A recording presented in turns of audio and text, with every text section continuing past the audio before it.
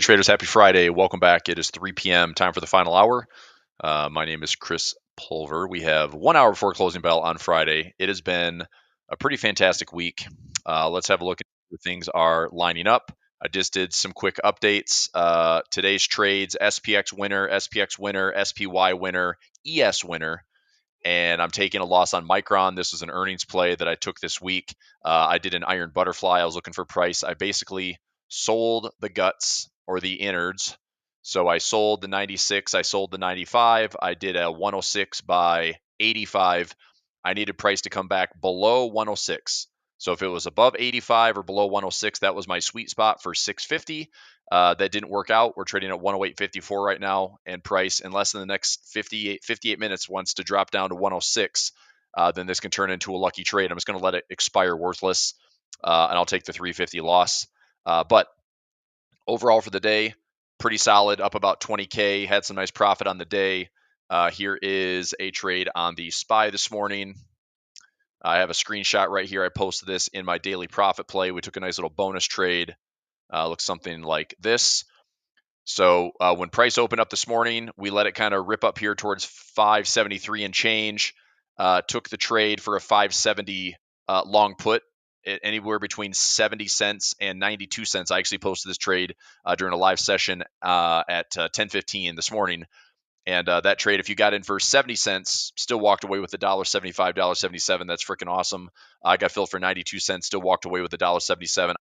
I wasn't even at my computer. It was set with a limit order, and that took profit. So there's price on the day. So there's my level at 570. Get a nice little directional play towards that. We came within about 40 cents of hitting that strike right to the dollar amount, and my credit was hit for $1.77. Not too shabby. Price is pulling back a little bit right now, and we're probably trading back into the.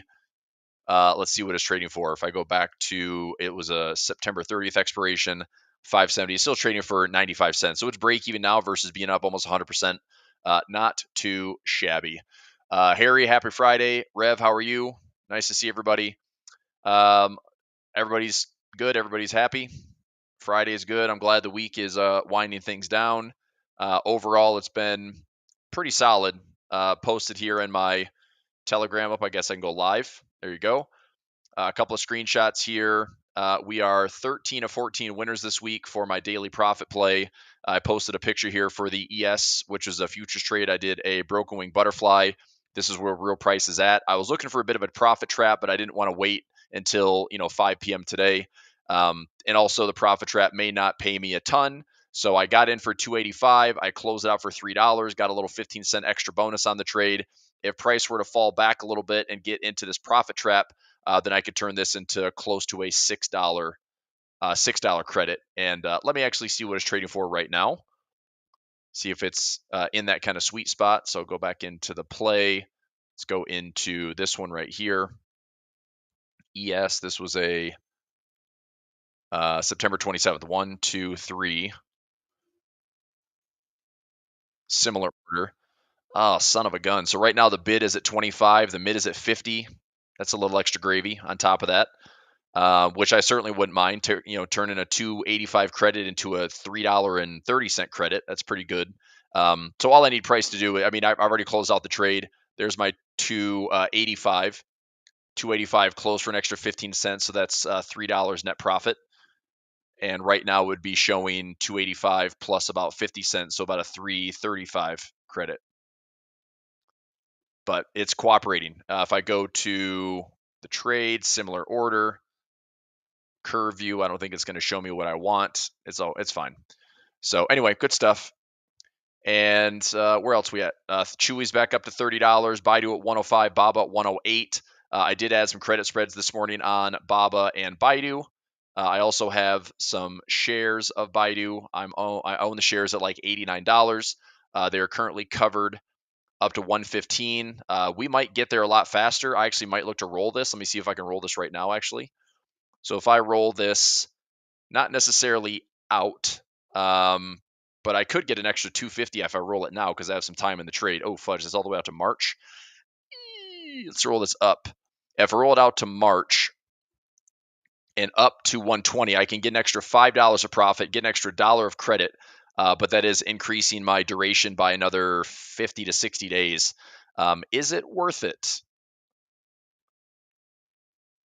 Let's see. If I roll it down, let me delete this. Let's see here. Francois says, I really like your SPY 570 put out a few days. I think that's where the SPY is heading in the short term. I did an October 1 SPY 570 put. Are you closing it or are you still in that trade? I did the trade out to Monday, and just it was just a good setup. I mean, we were trading here this morning, based on what I saw with my gamma squeeze level. I thought if we failed to break yesterday's high, that we just have like another kind of choppy day, and it kind of did the same thing as we gapped a little bit higher, melted up a little bit, and then faded down. This one yesterday hit the 570 right to the tick, and then today it was within about 40 cents, which I mean it's pretty good for a little bit of a daily forecast. And I was willing to give this trade time through today and Monday. So I'm out of the trade. And like I said, about a 90-cent debit into $1.77 is pretty good for profit. I had a couple of traders that said they were, getting 100+% return, which is awesome. Still in the 570 put, says Francois. Okay, good. Steve says, thanks for the SPY bonus trades this week. Made 90% profit on those daily trades. Heck yeah. That's what we're talking about. Very nice. And I still have this trade running for Monday as well. This is an ES trade. 1, 2, 3. If I go to analysis, price is right here with this little green flag. This is real price. I still have my profit trap. Obviously, there's still risk in the trade if price is going to come up and if price goes higher by Monday, then there's some risk on the trade. Otherwise, if we stay where we are, this is another 275 credit. And if price, falls back into my trap for Monday or falls lower, then this also looks pretty good for another profit on Monday. So good stuff overall. I wanted to check on. I don't know if I'm going to roll it. I guess I'll assess and see. I mean, these China stocks have been just absolute rocket ships. There's HSI. Look at this gap from Thursday to Friday. I mean, this is just another crazy push to the upside. So up around 4% and faded back down to about 3.62. There's your 3.55 on the day. Alibaba, another gap higher and just straight up. I'd love to see a pullback. I'd love to see a bull flag even more because that shows me that the buyers are still very aggressive. So if we are ripping up here and we just pause, it'd be nice to see this continue to push aggressively up to these highs. So if I zoom out, I've already got my charts doctored up to measure. There's some swing symmetry up towards 130. There's previous highs back here around 121. I like the extra, $14 or so. If we have a pullback, I'm going to do a combination of credit spreads, and I'll probably just throw another $1,000 to $2,000 at the trade. And I think that we get back to this high or get back to this swing symmetry. So any dip, I have a credit spread out for about 45 to 50 days. I will probably just add some, I'll just buy like $1,000 to $2,000 worth of shares, and then look to take this up and just have that be like 100 delta. So it's not. I'm not buying 100 shares probably because I don't want to fork over 10 grand or 5 grand on margin or cash. But still, I like these trades a lot. There's still room for them to run. I'm trying to stay out of the way. I'm trying not to micromanage them. Baidu, for example, if we get all the way back to these highs, I mean, look at the difference between Baidu and Baba. So Alibaba has made this really nice run back into. I mean, we're at 108 right now with measured moves back to previous highs at 121. Symmetry, like I said, around 130. Lots of structure back in here in the kind of the 150 to 160 zone. And I think there's room to run. So any bull flag looks like there's more in the tank. Baidu is just getting started. And, again, I'm looking to see if this one will make its way up to the previous highs. That's at 160, and we're trading at 105. So this one has another, one has, let's say, $15 for a first measured move. This one has $50 for a first measured move. Pretty excited about both of them, but obviously, having $50 a share with a pretty realistic price target versus 15 does make a big difference. FXI, another one that took off to the upside. I do have some shares of FXI. I'm trying to roll them. Let me see if I can actually roll them. I don't really want to go out farther, but let me take a look at them right now. So FXI, I already did a roll on them this week, I'm pretty sure. So I rolled them to what is this? I did a bull put spread 30, 50 by 30, 31 by 30, and then I have the shares, and I've got them called at 29. Son of a bee. So let me see if I can roll this really quickly.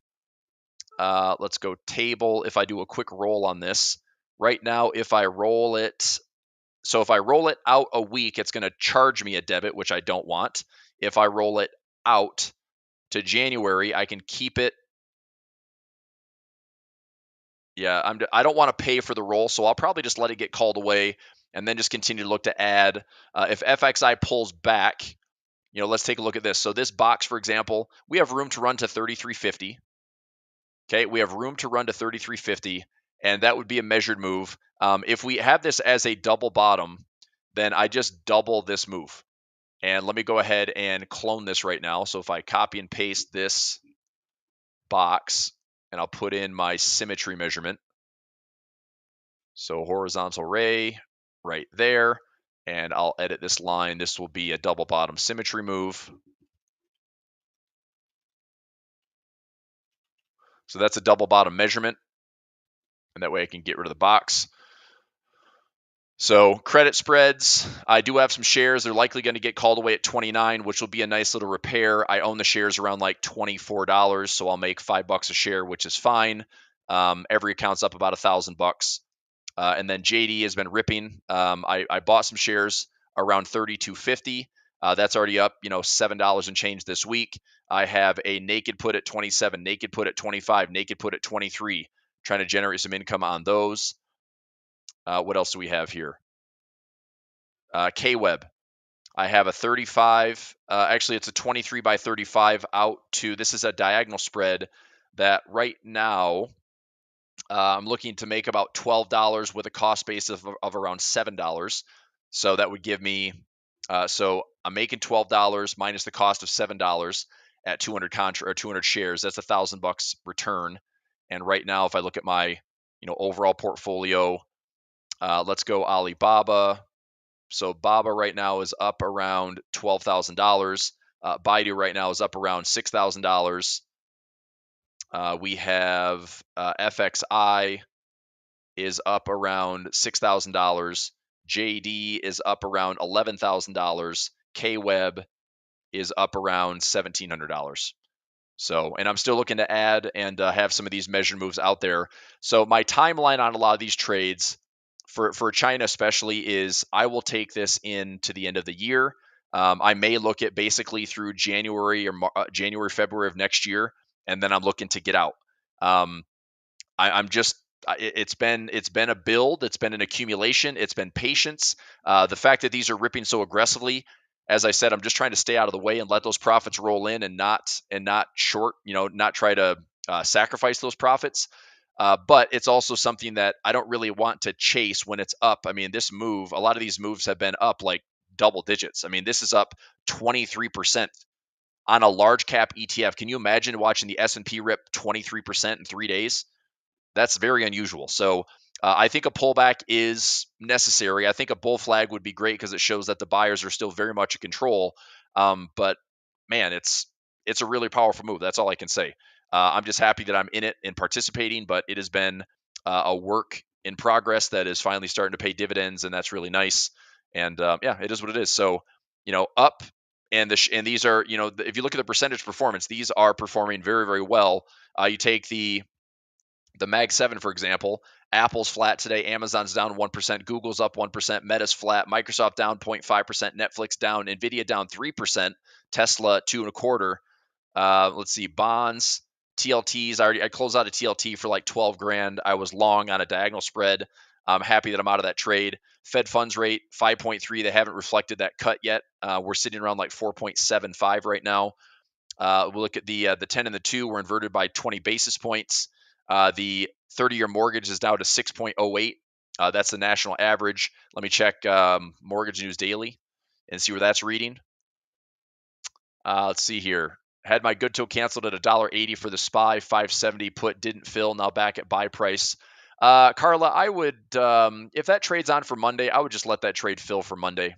I think the gamma level's still there.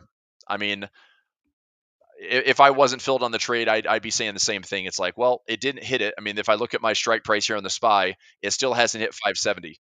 So in the next 45 minutes, if somehow like price fades this, right? Where we're coming down here today, we're pulling back. If we start to fade that again, or we open up Monday and we find it, if this gamma level's still there for Monday, then your trade looks great. So let's see what happens. If we end up pulling back here and then fading back in, you'll probably see that revisit the 175 to 180 credit, and hopefully you can get out of that trade. Okay. Thoughts on U.S. equities if Japan hikes rates this year? Yeah, I don't think Japan is going to. I think that'd be extremely disruptive. I mean, Japan is too big of an ally. Their central bank and the U.S. bank, I'm sure there's a lot of, you know, inside baseball, so to speak, where they have to be on the same page. It's like you're talking about two central banks and two economies that are adding debt and deficits like crazy. Um, there's a ton of liquidity in the Japanese yen. There's a ton of liquidity in the U.S. dollar, and something tells me that I don't see the Japanese yen just operating to do something that would hurt the global economy. Because if they hurt the global economy, it hurts them in a big way as well. I think after being in a 34-year drawdown, I think the Nikkei is probably something that they want to see go higher and higher. So I don't think the rates are going to come up as aggressively as what everybody's thinking. Um, but obviously the yen is a wild animal and nobody knows how to tame it. And we're sitting here looking at all this indecision, right? So today's movement on the yen, it's like the yen has gotten stronger all day. I looked at this morning during my live sessions and just like, how do you predict this type of stuff? I mean, the Japanese yen has swung 260 pips from a weakness of negative 80 to an upside of 180, 260 pips in a day. It just does whatever it wants. And, realistically, I don't think this Aussie yen is going to go all the way back down to these lows. I think what we're going to deal with is this. I think we have this range where we had this huge flush and we deal with a lot of indecision and a lot of chop, and you just look to see how you can survive in this area or don't trade it, right? But think about this. Think about how disruptive this high and this low was for that short amount of time from mid-July to August. We are likely going to see the market with this type of reaction deal with more indecision. Now, it's going to be volatile, but don't be surprised if we don't have any real direction outside of these ranges to trade. So there's no real structure breaking down, in my opinion. So if I go to CAD yen, do I see CAD yen breaking the flash crash lows? Not necessarily. I see them coming back in to test the lows and maybe come down with a crazy candle today, and the next week it turns right back around and it goes back up. If I'm wrong, I'm wrong, but I'm not trading this stuff right now. I'm not exposed on the yen. I want little to do with the yen because I look at that currency strength chart, I look at these technicals, and it's a scary currency pair. So to answer your question, I don't think the Japanese yen or the Bank of Japan is going to go crazy on raising rates. It took them a decade to get from negative 0.1% to zero, and then from zero point 0 to 0.10, and then 1.10 to 0.25. And now the market's like everything is unwinding. I mean, I think what it did is it forced all the crazy amounts of leverage to deleverage, and it forced the hand a little bit to see that there was a bit of a reset. But if the Nikkei is going to make highs again, which investors want to see highs, the country would want to see highs, it's good for the economy, then you can't necessarily do that with a stronger yen. So I think they're going to be a little standoffish. And I think inflation, look, if money supply is going up in China, money supply is going into because of the Bank of Japan, because of the central banks of the world, money supply is up. I have right here. Let's refresh. Here's your global money supply. We're making fresh highs, right? I mean, if I zoom in here, end of August, we're making fresh highs on global money supply. If that's finding its way in the system, that is going towards indexes. So China's index is benefiting, Japan's Nikkei, US, all the indexes here. This is added liquidity that I think keeps this market running higher for longer, a little hotter for longer. Yes, it's going to feel like it's overstretched. Yes, it's going to feel like there's risk to the downside. Um, but I think if the Japanese yen were to do something really silly, or the Bank of Japan were to say, "Fudge it, we're raising rates," it would be very disruptive. And I'm not saying they can't, and I'm not saying they won't, but it doesn't seem like that would be in the kind of in the current environment. It doesn't seem like it's in the best interest of the global economy to see the Japanese yen just operate without kind of respecting what's going on globally right now. So this is a good pump of liquidity that I think maintains its pace in the system, and now you have like kind of all systems go. And it might be that final push, and it might be something that stretches out through the rest of the year. And that's why if I maintain this pace where I'm cautiously bullish, but we melt up through the rest of the year, great. Lots of profits to be made, and we can gear up for another bit of another correction into 2025 and be more ready for that, as opposed to like, I'm not calling the top right now. I don't think the U.S. election is going to be a reason to call a top. I don't think that the Fed is all of a sudden going to start raising rates again and backpedal what they just did for a 50 basis points cut. I think the Fed is going to continue to cut, and they're supposed to be non-political. So another 25 to 50 to 75 basis points getting cut by the end of the year, that's a big step. 3 big cuts in 4 meetings, or 4 months rather. That's a big cut. Okay. Deborah says, can you go over how you calculate the SPY target? Yes. So I calculated it through my software here. This is my dynamic trend software that I subscribed to. It had a nice little gamma squeeze index level at 570. I paid for the trade $92. So it's a $92 debit if I trade one contract, and it was trading for a 27 delta. So all I did was this: I paid 92 cents, and price was around 573.51. So I take the $3.51 move that would take to get it down to 570, and I times that by 27 because that's my delta. So the way I calculated my profit today was we'd have to do a $3.51 move at a 27 delta. There's a 94-cent move on top of, so I'd add that to my 92-cent debit. When I did the numbers this morning, it was exactly $1.77. So that's why I put in $1.77 for my limit order, and that was filled. And so if it would have hit the 570, it probably would have been paying closer to $2 credit. But it was a really easy calculation where, and I said this week, it's conservative, because when prices go in your way, gamma levels, deltas, all the sensitivity in those Greeks when you trade options, if they're going your way, you get a lot of value. You can turn basically like a 27 delta into a 50, 60, 70, 80 delta. I have seen like 10, 20 delta trades that turn into 100 delta by the end of the day. So that's incredible, and it just happens because you have this really concentrated window of trading short-term options where if you're right directionally, all that juice is going your way. But like I said, if I conservatively measure it, it's a safe way to calculate it, put in or take profit. A lot of times those take profits are hit with limit credit orders, which are freaking sweet. That way I don't have to, sit here and micromanage it. Now, there are some examples where I'd like to just move a stop loss, but when I can take trades like this with a high degree of confidence, walk away, grab 92 to 100% return on capital, those trades are pretty sweet. Okay, all right, good stuff. Good. Yep. Penny says, really nice SPX profits today. Both my brokerage IRA accounts. Awesome. Yep. Awesome, Penny. You're crushing it too. All right. So any questions on the yen? Does that answer your question there, Harry? Potential carry trade? I don't know. I think it's not. I don't think it's an unwind. I really don't. I think we're going to deal with more indecision. That this swing did so much to disrupt that it's probably more of this.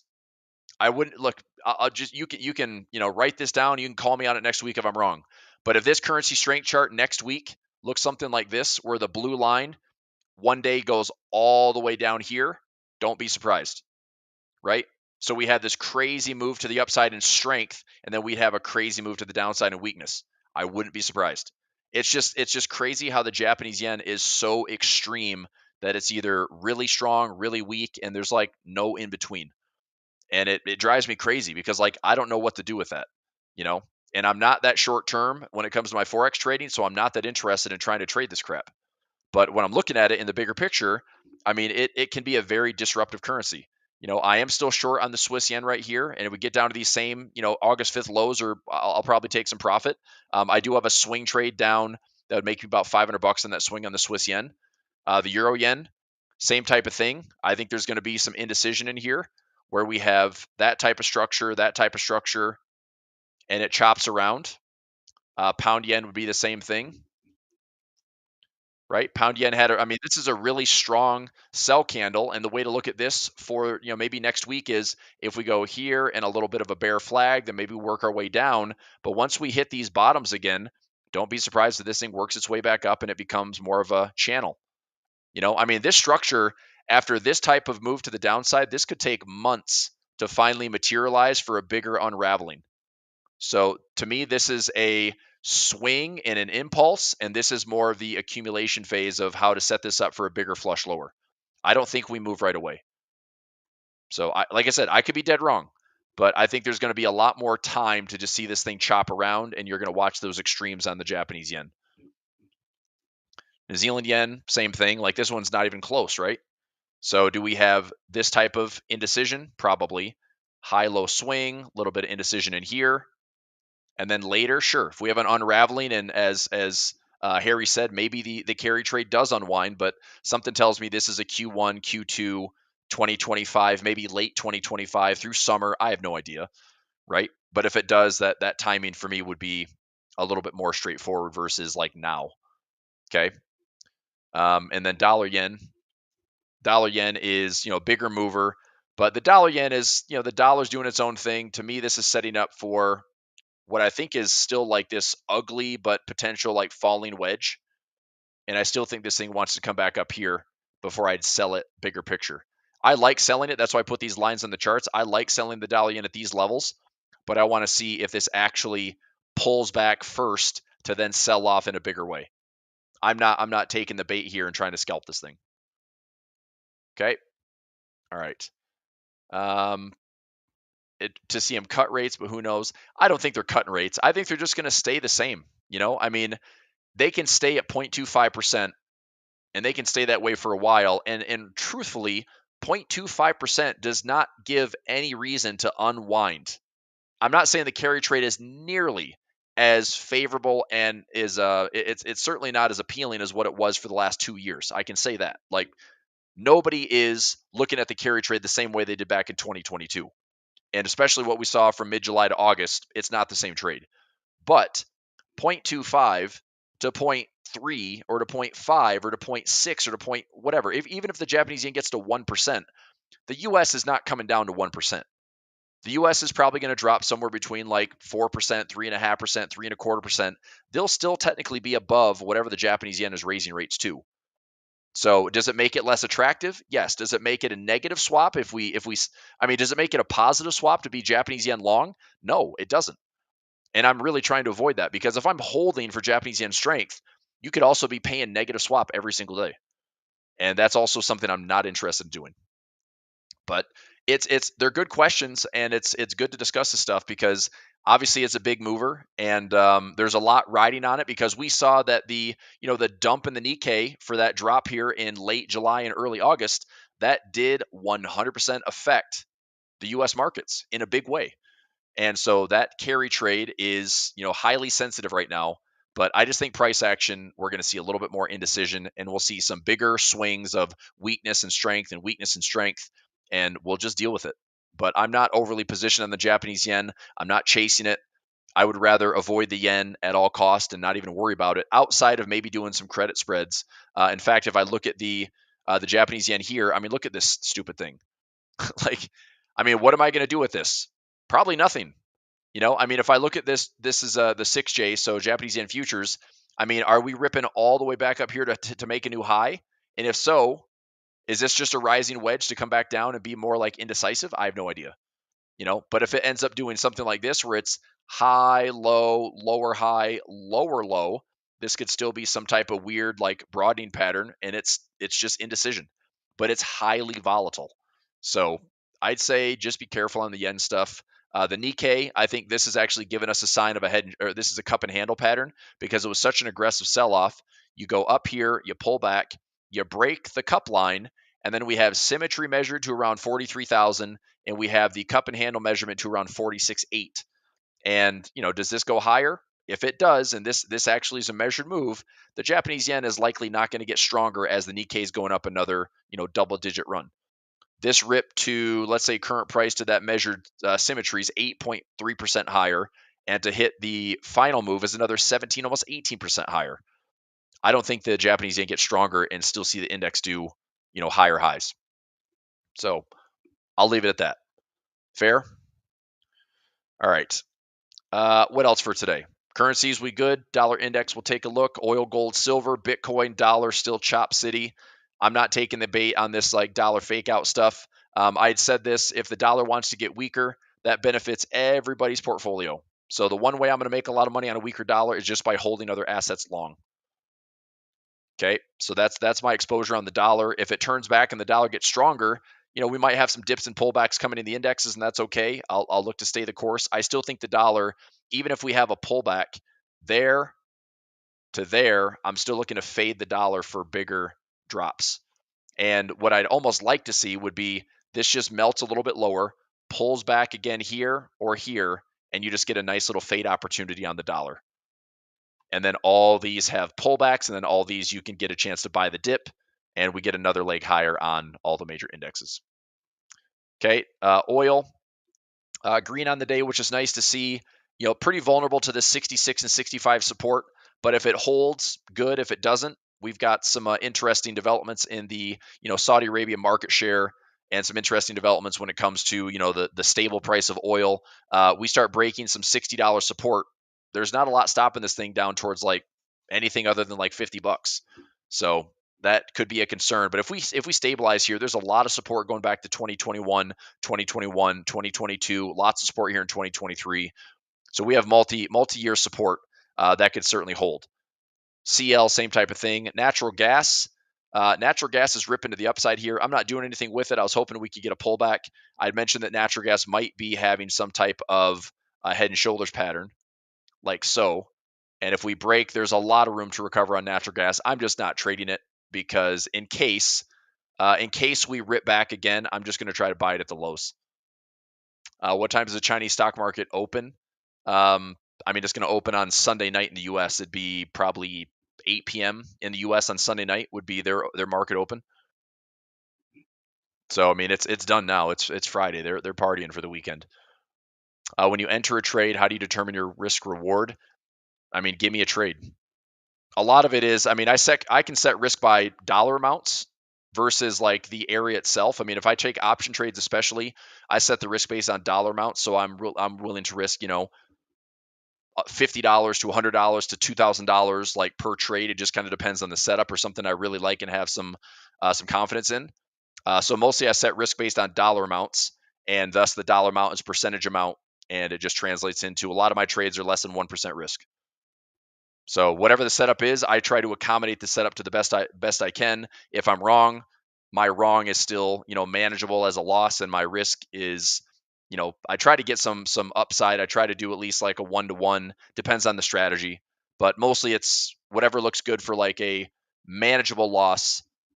Either I swap that for a high percentage win, or I swap that for a higher reward to risk. It just depends on the setup. Okay. That's natural gas. Let's go gold. Gold pulled back today about 0.8%. I guess good because gold has been just ripping here since 25.30. We haven't really done much other than just keep melting up higher. I would still love to see gold, and I mentioned this morning. I'd love to see gold offer something like this. This is just a really simple 50, 100, and 200 moving average. If we pull back to the 50, I'm going to look at adding a credit spread on either the 50 and the 100 and the 200. I'm going to add looking on GLD for some credit spreads and GC for some futures credit spreads. That's probably one way to get involved. I may add some more shares of GLD. I'll probably add like another $1,000 to $2,000 on GLD, but a pullback is totally fine. I hope we get one. I do wonder if we get a pullback on gold. Is that a buy and dip opportunity? Is that because the dollar is getting stronger in the short term?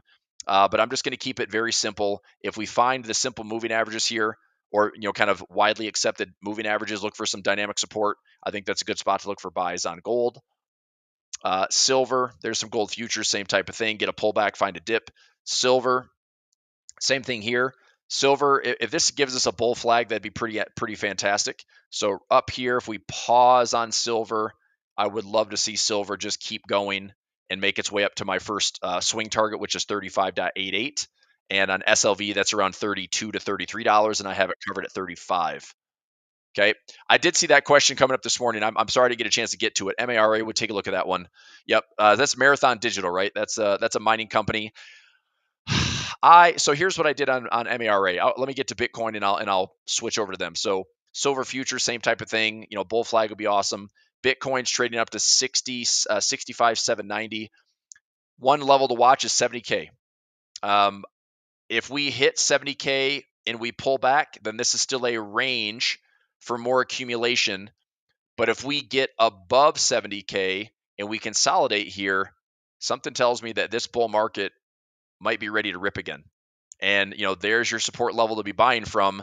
And I'm long Bitcoin, I'm long IBIT, I'm long BITO.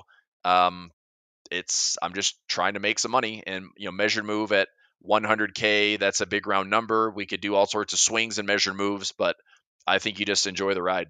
So let's see what happens. BITO, I'm long. IBIT, I'm long. MicroStrategy, I'm long. Look at this mofo. This is crazy.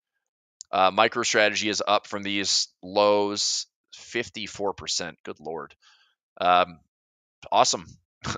So, I mean, this looks a lot like what Bitcoin is, spot pricing. So, again, same type of thing. If we have some resistance in here, if it doesn't quite get to the highs, if there's a pullback zone and we can accumulate, any type of breakout should have some momentum to get to the upside. And after that 10-for-1 split, I'm long down here with some ratio spreads, credit spreads.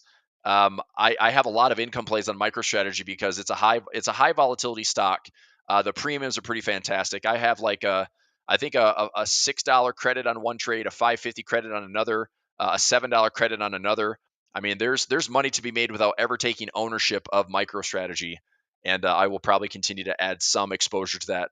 It's another way to kind of stay bullish on Bitcoin and see maybe the same type of performance where if Bitcoin goes to 100 plus K, I mean, my gosh, MicroStrategy having what, 275,000 Bitcoin or more. I mean, it's between Michael Saylor and MicroStrategy, crazy amounts of Bitcoin on hand, and their balance sheet is probably worth $6, $7, $8 billion net right now, which is pretty impressive. Not a lot of companies can do that.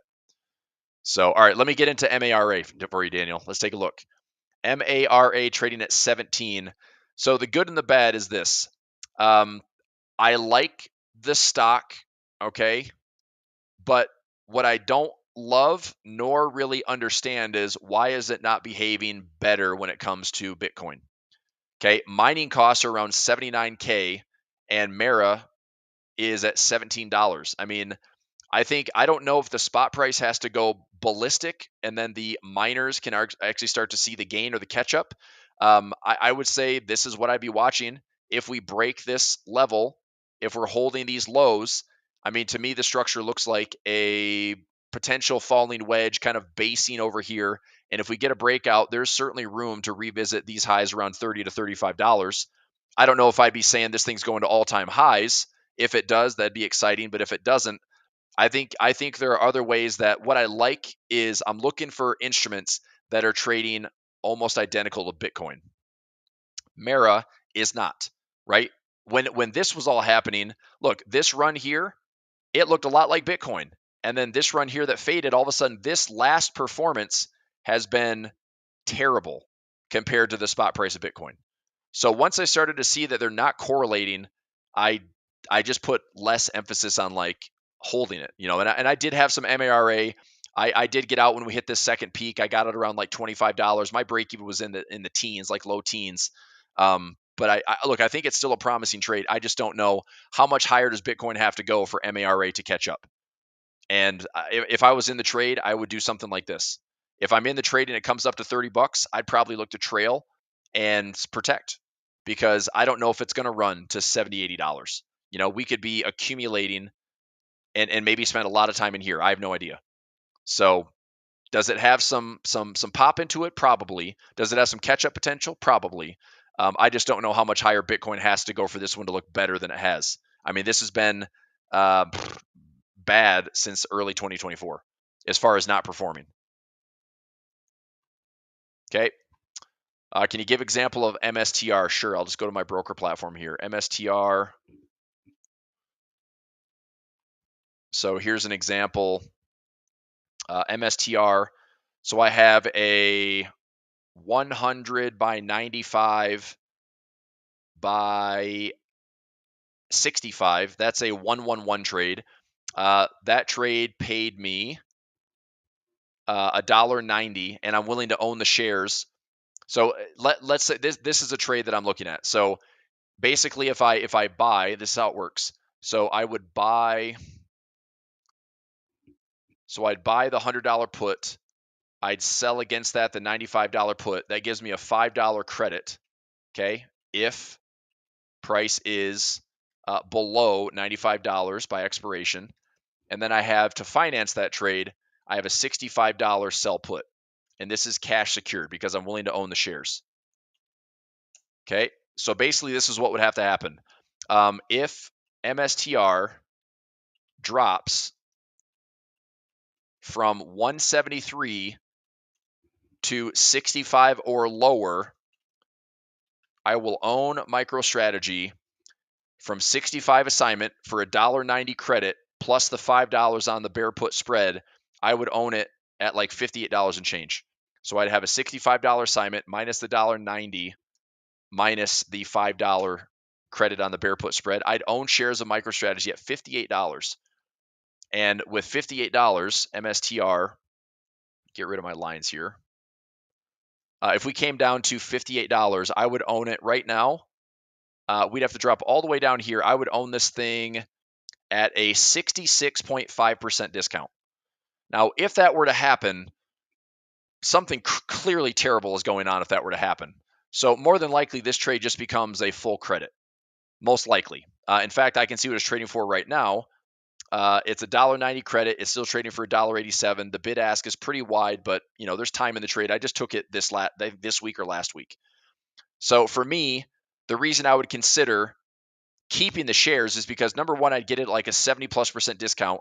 Number two, if I own the shares and I go out like 30 to 45 days, if I sell an at the money call, I can get like $20 for a call. So I could go from a $58 break even to a $40 break even in one trade. And I could virtually own MicroStrategy for nothing. And if the company just stays in business and keeps Bitcoin, I mean, worst case scenarios, basically Bitcoin has to go to zero and this stock goes to zero. Well, that's why I'm taking risk.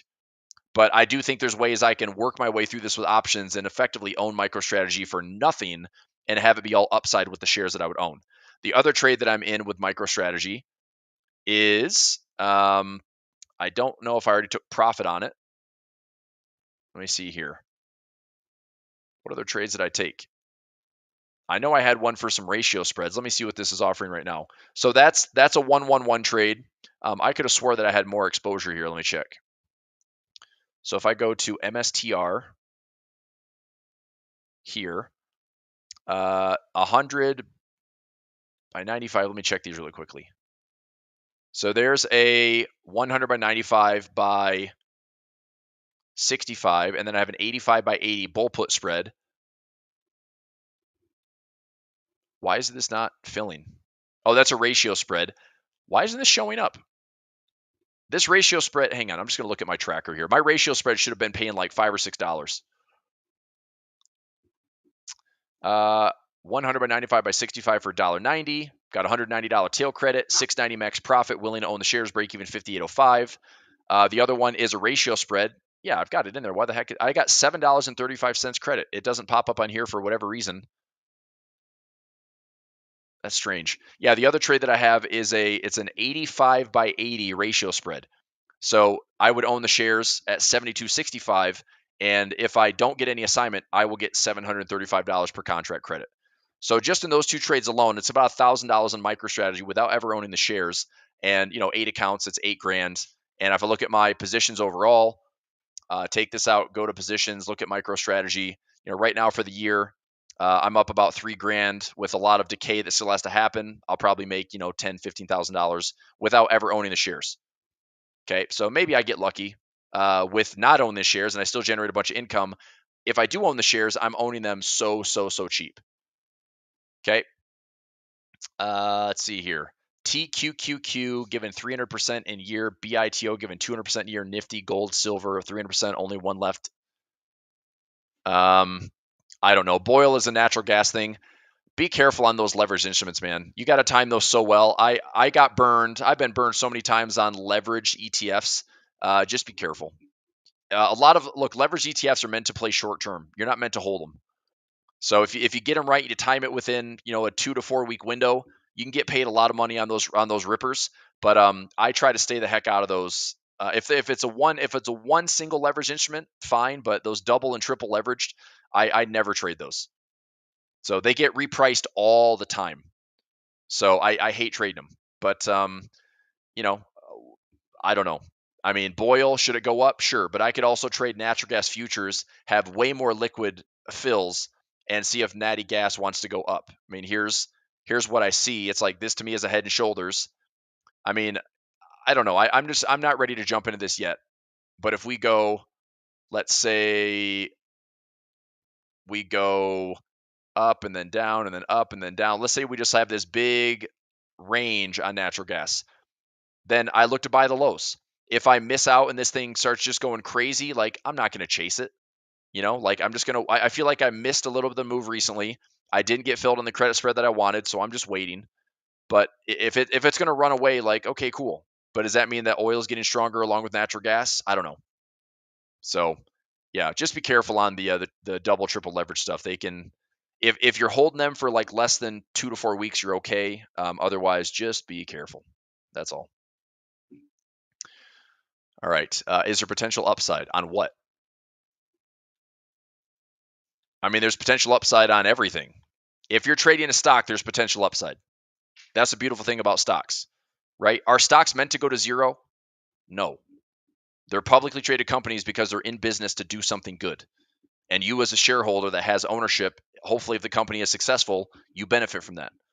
So, I mean, it's funny how like everyone is so obsessed with being bears and bear markets and recessions and terrible things in the environment. It's like, look, if business just operates as usual, we don't have to be in this Goldilocks environment all the freaking time.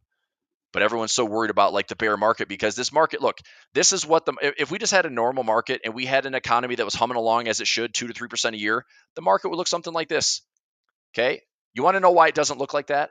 Because people are freaking greedy and fearful, and the market does all sorts of stupid stuff along the way. But what does the market do? If you look at all of the market fluctuations and ups and downs for 80 to 90 years, what does the market ultimately do? Tries to go higher. So, individual stocks can struggle, individual stocks can go down, individual stocks can go out of business, but the market, the indexes, the broad representation of the stock market is designed to go higher. But it's funny how this and this and this and this become like the top of the world to hell in a handbasket. Everything's great, everything's the worst. The world is fantastic, the sky is falling. And that's emotions that are tied in. Like sentiment is such a big deal in these markets. And, it feels weird to be way the heck up here and feel like you got an asset bubble. But until price starts to prove that it's breaking, you just keep riding these things. I mean, I don't think anybody since 2020 has planned on, 40, 50, 60, 70 all-time highs. I mean, think about that. When we had the COVID high and we got back to those all-time highs, how many higher highs have we notched since 2020's top? Yes, we had a bear market in 2022, but we took that out. 2023 ripped again. I mean, there's been probably 50, 60, 70, 80 all-time highs since COVID. And you've got people still operating like it's never going to be the same. But the market's sitting here 30, 40, 50% higher. So stop fighting it and just be prepared. Like, yeah, at some point it's so overpriced that it's a bubble and it'll pop and it'll burst and it'll be a reckoning and there'll be a correction. But the market ultimately tries to be fair at some point. It gets overstated, it gets overstretched, and it comes back and finds equilibrium. And those equilibriums can be dramatic and they can be crashes and they can be volatility events, or they can be it just rolls over and makes lower highs and lower lows and then it finds its footing. But that's usually not what's happening. We have these booms and bust cycles, and we've had more and more of them since 2018, 2019, 2020, that for the last 6 years, traders that have been in the markets for the last 6 years have seen a lot of crap. You've seen booms and busts like we probably haven't had, because the last real bust was 2008, right? 2007, 2008, terrible crash. 2009 was the bottom. And then you had essentially a decade without ever having really a disruption. And then 2018 crashed the end of the year. 2019, the Fed put in another, aggressive cut cycle. They bottomed it out. The market ripped to all-time highs through 2019, 2020, then crashed for COVID. And then we bottomed out. We ripped all the way through 2020, 2021. We crashed in 2022 with the bear market. That was actually pretty healthy. But since 2022, it hasn't really felt like it's been a broad market recovery. It's been the K-shaped recovery. Some stocks do well, some sectors do well, others don't. But the broader market, as it's represented with market cap, the top companies are strong enough and big enough that they can keep the entire indexes afloat. But that's also why we had the sell-off in July, because the market couldn't just sit there with that high concentration. So anyway, but my point is, if we eliminate the emotions from the market, it would be a bottom left to top right instrument. But the sentiment and the swings and the overpricing, the overvalue and the risk and fear and the greed, it's all priced in there. And so that's what makes it a market, because nobody knows where it's going to go, and nobody knows how scared it's going to get. Nobody knows how euphoric it's going to get. And that's what makes it extremely interesting, and all we're trying to do is place good trades, manage our risk, see some upside, grab some profit, and not lose our butts when something crazy happens, But also when something crazy happens, the most wealth is created in crisis. If you had the cash to buy in 2008 on a crash when it's down 30, 40, 50%, if you had the cash to buy in 2018 after a 25% move, if you had the cash in COVID to buy a 25 to 35% drop, if you have the cash to buy a 25 to 30% correction in 2022, you have made a fortune. But that takes a lot of courage and confidence to buy when things are freaking dumping. And that's not easy. When people see this, they try to panic, or they do panic. And they don't realize that buying and being comfortable with more and buying and being comfortable with more, that look, it's not going to V bottom every single time. And I'm sure at some point it's going to look worse. At some point we don't V bottom. And if we do, okay, it's the same freaking song and dance over and over again. But if we don't bottom and it comes like, okay, it's here, and then it's going to waste a bunch of time and it's going to be a bottom and it's going to get worse and uglier, who knows? And that's the whole other conversation, is like, oh, the lost decade is coming. You don't know that. Nobody knows that. Okay. So, like I said, all you can do is just trade. I think the market finds a way to grind higher. It's done it for 90 years. I don't know what else we can survive that's going to be any different outside of, yes, there's deficits now that are just ridiculous, right? I mean, the US is adding $1 trillion in debts and deficits in like 30 to 40 days. It's embarrassing how terrible, irresponsible we are with our budgets. But we have a central bank that will keep doing it, and we have a government that'll keep spending. And you know what nobody talked about these last couple weeks? Did you know the U.S. had to pass a stopgap this week to get funding, to not shut down? Where the heck's that been in the news? Nobody's talked about that. That doesn't turn the market south. And that we probably won't hear about it, because we'll still have government spending, and we'll have a Fed that's cutting rates right now, and nobody's going to say anything. And it's also coming up to election season, so why would we want to have a stopgap and have, what are they called? Furloughs. Why would you want to have like a wave of furloughs going into an election? You don't. So what do? You print more, you stopgap it, and you fund it for another 3, 4, 5, 6 months, get through the election, and then worry about it later. And that's our cycle. We get through 60 days, 90 days, a year, 2, 4. That's as long as our government operates. And just do what you can to not, be a part of the recession, not be a part of the problem, and keep staying in power. And it's always a power struggle at the top. So who knows? Anyway, all right. I think I'm done ranting for the day. Any other thoughts, questions, concerns? Overall, I thought it was a great week. 13 out of 14 winners. Grab some extra profit. The trade I'll be watching for the rest of the day, Micron's at 107. It's probably not dropping here in the next 6 minutes, $1.80. So that's going to be a loss. MicroStrategy, some good income plays. My ES trade, this one is going to be profitable for hopefully Monday. 1, 2, 3 for Monday. So we're in the tail credit right now. If price goes lower, it stays in profit. If price pulls back at all and goes a little bit higher, I've got that potential profit trap for Monday. Right now, let me see if I can close this trade out right now. Okay, that's for, I was going to say, if it's for 5 cents, I'm just going to close it. But my 275 is trading for $1.25. I can take the profit now and not worry about it. But I'm looking to see if Monday will still have a pullback, and it will end up being a nice full profit. So, all right. If you're buying a straight call or put, would you put the stop and target based on equity price and they'll let the option value? No. Usually if I'm buying calls and puts, I usually do verticals where I'll do a debit spread. So somebody talked about DocuSign this week. So DocuSign's trading at 61.83. What I was actually, you know what? Let me see if I can price this out. I probably won't take the trade right now, but I might price this out. DocuSign has, good fundamentals. If we get a breakout, there's a nice little $65 to $90 move. I'd like to see a pullback in here. What I could do on DocuSign is let me take a look at it, and I might run out of time here with the real market as far as the closing bell in 4 minutes. But let me look at the price. If I went to DocuSign, let me find something here on DOCU right there. Okay, go to the graph. So if I went out, let's say towards the end of the year, I'll go December, January, see if this market just pumps everything up. DocuSign could be one of 7,000 stocks that finds value by the end of the year. Who knows? But if I bought a call right now, so let's say, and this is a pretty typical example. If I buy the $55 call, it's going to cost me $1,000 for one contract. Now, this is cheaper than buying 100 shares because 100 shares would cost me $6,000. Okay, if I bought 100 shares right now at 61.74, it's going to cost me 61.74. So like $6,174 to own 100 shares. So I could buy a call option with an expiration in January. It's going to cost me $1,000. My max risk is $1,000. My break even would be 65. Now watch. If I take this trade right here for January, and against that I sell. Let me see if I go out to add this and turn it into a debit spread. If I go to January for the call option, and then against that to, let's say, November, I sell a 65 or 67.50, this isn't a bad trade. So what I could do here is I could buy the 55. It's going to cost me $8.35. My break even $63.35, and I get it called away for $67.5.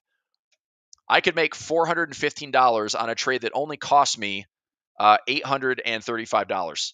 I could get a 50% return on my capital if DocuSign goes up through 67.50 by the middle of November. That's how I would trade it. So if I just do a call option or I just do a put option and I'm long, I don't love those trades. And yes, it's unlimited upside, but I would rather define my risk. And also, I cap my upside, but the probability of profit is way higher. So I'm good. I mean, 49% return, almost 50% return is pretty solid. And that would happen within about 49 days if I'm right. So if DocuSign goes up, I think that's pretty good. If it doesn't go up, I mean, maybe the better way to trade it is go out even further. Don't worry about the expiration in January. But if it does go up, I mean, maybe I can sell something. Let me see what the October looks like. So if I went November 8th or I went to November 1, let's do the same thing, 65. I get $1 for the 65. I can do the same thing here. So if I did, I don't want to sell that one. Let me get rid of the, so I'd sell the 65 here. And then for January, I would buy the 55 here. Okay. So if I bought 55 plus $8.28 would be my break even. I get it called away for $65. I would make $1.72 on one contract. I'd make $172 with an investment of $829. And I'd make that by November 1st. Again, return on capital, probably 15, 20%. So if price goes up, I have profits locked in. I can cap my profit around probably like $10, and I'm paying $1 or $8.29. If I want to get a little bit higher and go after, I mean, there's no way this, yeah, like this expiration for my cover. I mean, oops, it's closing bell now, so never mind. But if I were to cover it a little bit earlier, cover it in November. I mean, I cover it at 67. I give myself another $2 or $1 of upside. I mean, there's just ways to trade it. That's all. So to answer your question, I like doing like the vertical spreads where it's like I pay for the call, I cap the upside, but I increase my profit potential. And if price just does its thing, great. So, but there's all sorts of ways to express it. What I'd like to see on this trade, honestly, would be if price pulls back, I'd probably do that same trade and give myself this like $65 level and try to hold it. Or I'd be willing to say, maybe do a ratio spread. And I'll probably take a look at that one. I don't know. I can go out and take a look and see, could I own it at 50? Could I own it at 40? I think I looked at that this week when we talked about it in a previous like final hour session. So all sorts of stuff. All right, everybody. It's 4 o'clock. It's Friday. It's closing bell. Hope you all had a great week, and have a great weekend. Good stuff. All right, cool. I'll be back at it next week. Let me double check a couple things next week. Got a couple meetings. So business as usual, 9 a.m. daily profit plays, 10-15 sessions with A1 trading, final hour at 3 p.m. Should be about the same all next week. And yeah, that's it. So have a fantastic Friday. Have a good evening. Have a good weekend. And I'll see you back on Monday. If you do me a favor before you go, kindly, use the that little index finger, smash the like button for me on YouTube and all that stuff. You know the deal. It helps a lot. If you just make it a habit with whatever followers I have, you make it a habit. Hit the thumbs up button. Leave a comment. Say have a great weekend. Whatever. That helps. Let's get the old channel to grow and grow organically. That's a lot better than having it. Let me see. Actually, just for fun, I'm going to see what my average is. Can I go to YouTube channel rating? I think there's a way to look at my channel. Social Blade. That's what it is. Track your YouTube analytics. Let me see if I can find it. Enter YouTube username. So real Chris Pulver or Chris Pulver Trading. See if this pops up. There it is. So I've got a C+ on Social Blade. But I mean, trending in the right direction. And I don't have a team to do this crap. But subscribers are coming in, video views are up.